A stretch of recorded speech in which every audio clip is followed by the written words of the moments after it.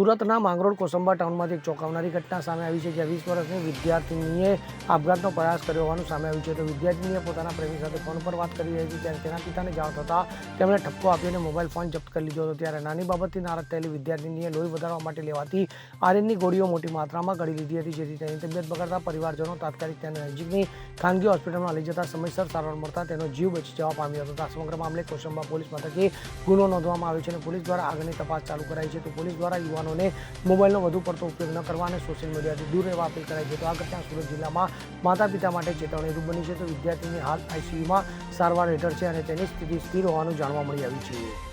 Bureau report CN24 news. હવે જુઓ દેશ દુનિયાની તમામ ખબરો તમારી આંગળીના ટેરવે. ઉઠાવો મોબાઈલ અને Google Play Store પરથી ડાઉનલોડ કરો અમારી CN24 ન્યૂઝ મોબાઈલ એપ.